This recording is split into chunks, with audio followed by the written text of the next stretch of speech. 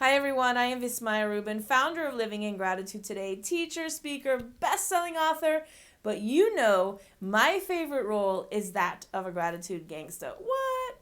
So thank you for joining us. Thank you for watching this video. If you have not subscribed to whatever channel you're watching it on, please do so. Click the subscribe button, the like button, like the page.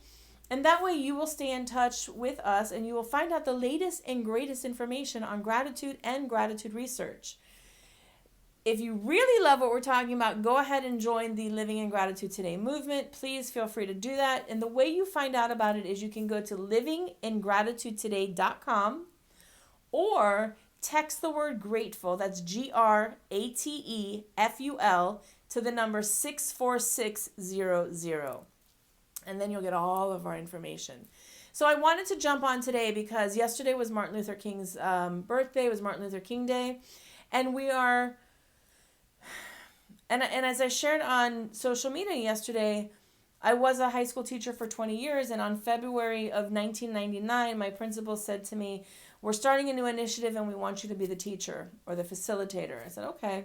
So it was based on Dr. Martin Luther King's philosophies of nonviolence, and I got to see firsthand how, when applied, can totally change the way somebody behaves and the way somebody interacts with somebody else. So I wanted to apply each principles this week to the laws of gratitude. So principle 1 of Martin Luther King's philosophy of nonviolence is nonviolence is a way of life for courageous people. Nonviolence is a way of life for courageous people. Now think about something. Go back to the late 50s, early 60s, and you can imagine what it was like in the United States. The civil rights movement was in full force. You had areas in the South that were only white, areas in the South that only allowed blacks to go in certain places, and it was mayhem, right? So Dr. King had this brilliant idea of having sit-ins, and a sit-in is where black people would go to an all-white restaurant and they would sit at the counter, right? And they would wait to be served, which we knew was not going to happen at that time. So when the people went to sit at the counter, they already knew that there was going to be some sort of backlash for their behavior. They already knew that they were going to be possibly accosted, yelled at, spit at, verbally abused, physically abused. And what their instructions were, go, sit, and do not do anything. Do not speak unless spoken to, and do not fight back. Now imagine something. You're sitting at a bar, you're sitting at a restaurant bar, not being treated as an equal, not being treated as a human being. People are screaming and shouting and flicking ashes in your hair. You can look at the videos, you can look at the documentaries and see screaming heinous racial slurs at you, treating you like you are less valuable than their animal.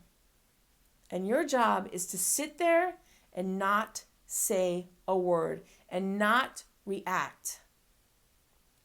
That is very challenging. That is really difficult. So what he said is nonviolence is a way of life for courageous people, because it took courage to go and sit at that counter. It took courage to keep your mouth shut and not say a word. It took courage to know you're going to put yourself in possible danger for the greater cause.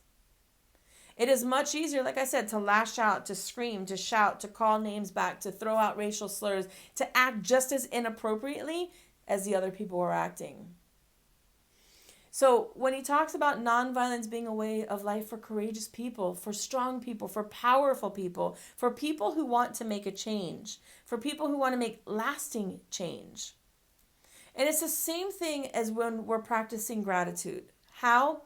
Think about it. If you're going through a challenging time right now, it is much easier to bitch and moan and complain and get everybody to go, yeah, that's so bad, I'm so sorry. It's easier to play the victim role than it is to tap in and find things to be grateful for. Now, please be clear. I'm not saying that you're never going to have bad times, because I absolutely believe that there are times in life that are challenging and that we need to acknowledge those challenges and we need to give them the energy they deserve. And in spite of all of that, we can still find things to be grateful for. But it takes courage. It takes work, right? The same way it took work for the black folks that went to the counter to sit there and be abused by the whites in that town. It took strength, inner strength, that they had to muster up to not react and not respond in a violent way. The same way it takes that inner strength, that inner power, that inner desire to have a life that you love and to find things to be grateful for in the middle of chaos. And here's the easiest way to do it. So if you know you're going through a challenging time, we all have cell phones. We all use them all the time. Set that alarm to go off every 3 to 4 hours. When the alarm goes off, you're going to stop what you're doing. Take a pause for a minute. Take a deep breath. And ask yourself, what are my gratitude wins? Who or what made a difference for me?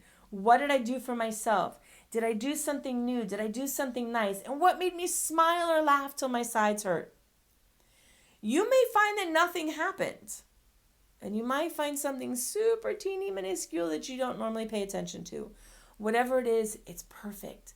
The idea is you're training your brain, you're telling your brain that I need to find things to be grateful for in the midst of this chaos. It takes courage to step out of victim mode, because the minute you step out of that victim mode that, oh my God, everything is happening to me, because then you have to start to make the changes. Then you have to start to do the work.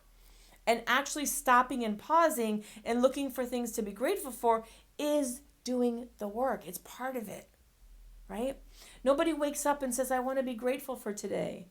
But people wake up and say, I want to be happier. I want to be joyful. I want to celebrate life. I want to feel free. I want to feel connected to the people around me. I want to feel more productive. And how do you feel all of those things? By practicing gratitude.